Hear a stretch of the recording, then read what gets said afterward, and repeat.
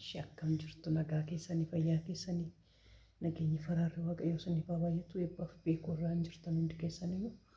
nagaadhaa fayyummaa jirtu nu jirra gooftaa keenya fagaalatu isaarraan nu gahee ganama kana nu agarsiiseef galannaa ta'u saniin jenna eebbuun har'aa amma tokko waan jettu fakkaatti ሕክምና jalqabaa argatteetti ወይንም ያሊ jalqabaa argatteetti kutaa dingatanyaa keessa jirti yaa kutaa dingatanyaa keessa jirti kana fakkaatti algaa isaan irra ciistee jirti harka ishee lamaan waraanameera hunduma ishiiyyuu jechuudha waraanamtee jirti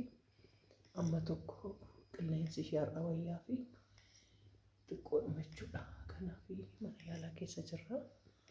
masini ufdannaa bitti nuuf kadhadhaa sinin jennaa akkasitti oksijiinii fudhatte akkasitti akkaataa sinin jedha mana yaalaa keessa jirra ammoo kanaaf nuuf kadhadhaa rabbiin harka haaraa isaatiin qabatee akka ishiin baatu mana kana nagaadhumaan jechuudha birmanaan hundumtuu godhamee jira ganama lafa bari'uu nutti himuu ta'uu danda'a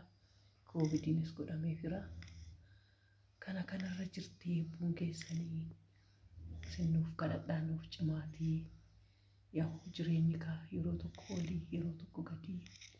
yeroo tokko nama kowalchiftii yeroo tokko nama boochiftii kanaaf jechuudha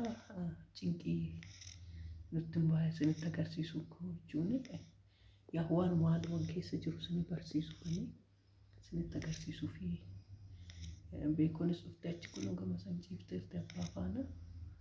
ishiinis gama keessa tokko ishiillee badaa cimaatti ilaakumoo gama haay siniin jedha abbaan sirriitti nagaa gaafadhu qaba eega guutee harka keessatti tiraasiti gama keessa ishiinis ciiftee jirti ishiinillee ilaakumoo gama keessa jira jechuudha harka isaa sinitti tiraaseera inni ishii qabatee achi jira ishiidhaaf qorichuma liqimsitu kennamee fi eebbuun garuu guyyaa shanan tokko as turti beekuu fi amsaaluun illee boru naannoo sa'aatii 2-3 ba'uu danda'a.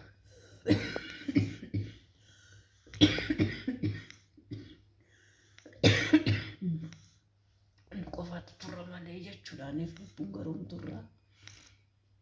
Wayna naaf eebbuu tura wayna amsaaloo eebbuu tura amsaalaan eebbuu gatee biraa deemu waan hin dandeenye amsaaluun beekuu manaa turan isaan lamaan ol danda'u wallooluusi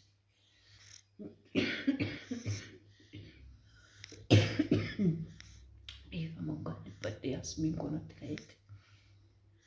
akkas jedhaa kaleessa guyyaa guutuu bu'aan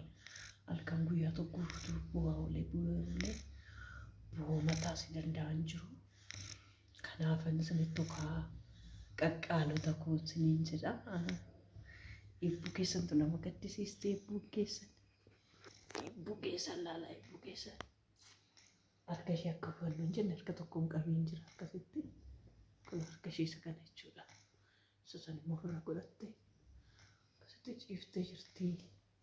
siniin jenna hospitaala Itoophiyaas laalaa suma akkas akkasii fakkaata kutaan keenya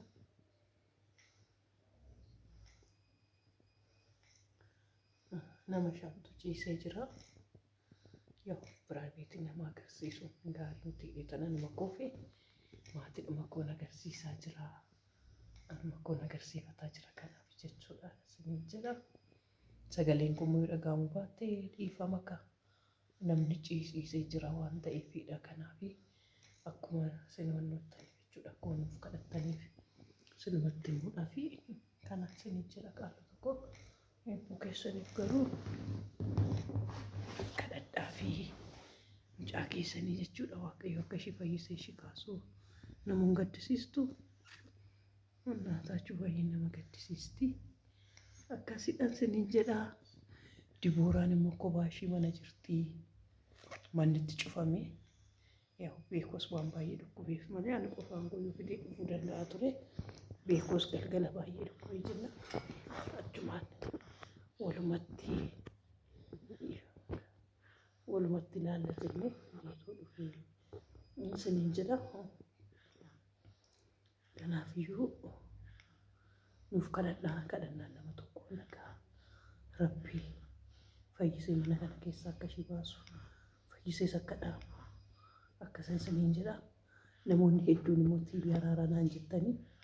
yaalatuman jira dhugaa Rabbii. Ani dhiisanii miti amma warafaan qabamee jiru wallahi kadhachuu dhiifne irra jedhanii silkiin isaanii namni naa kennu hundumtuu cufaadha. Karaa kanaan namni argaa jirtanuu jiraattan bilbila isaanii naaf kennaa naa barbaadaati. Koomentii jalattis naaf barreessaa. Sheer godhaatii biraanis nuuf gahamee akka nuuf kadhatu raajiin masarratti dhugaa Rabbii eebbuun koo akkasitti hoggaama rakkattu jechuudhaan miistii sheer naaf godhaatu biraan naaf gaha.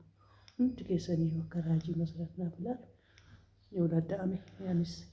hashtaagiin itti godhaa akka tajaajiltoonni isaaniillee dhaga'anii ilaalanii bilbila isaanii nuuf kaa'an jechuudha. Bilbila yaadne dadhabnee hin dhabne bilbila lamatu nuuf kenname. Bilbila lamaan san irrattuu gaafa yaadne jennu hin jiru argachuu hin dandeenye. Kanaadhaan siniin jedhaa qaqqaalota koo warroonni bilbiltanii na jajjabeessitan warroonni siif jirraa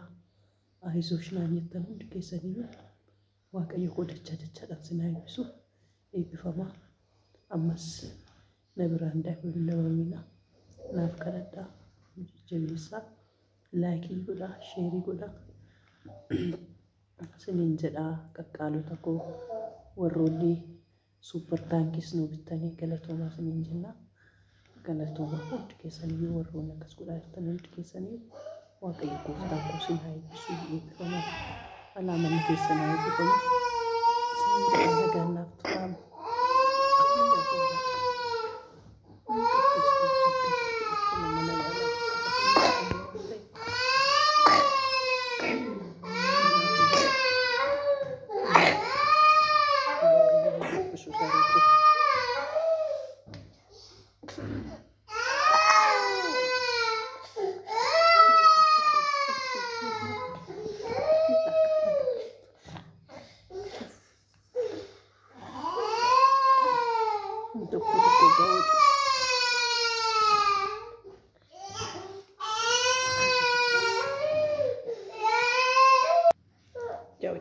Ciao di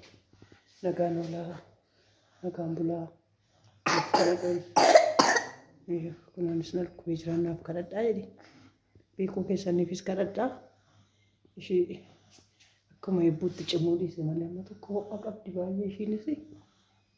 ishiinis kubsattee jirti ilaala kun of ishiiyyuu fuulli ishiiyyuu cuucuu jedhe qormaan dhugaa namatti dhufu gaara dakaan jedhu nama namatti baay'atee too dhufa. Kana siniin jennaa akkasiniin jennaa akkasiniin jennaa. Ciao di bye bye di.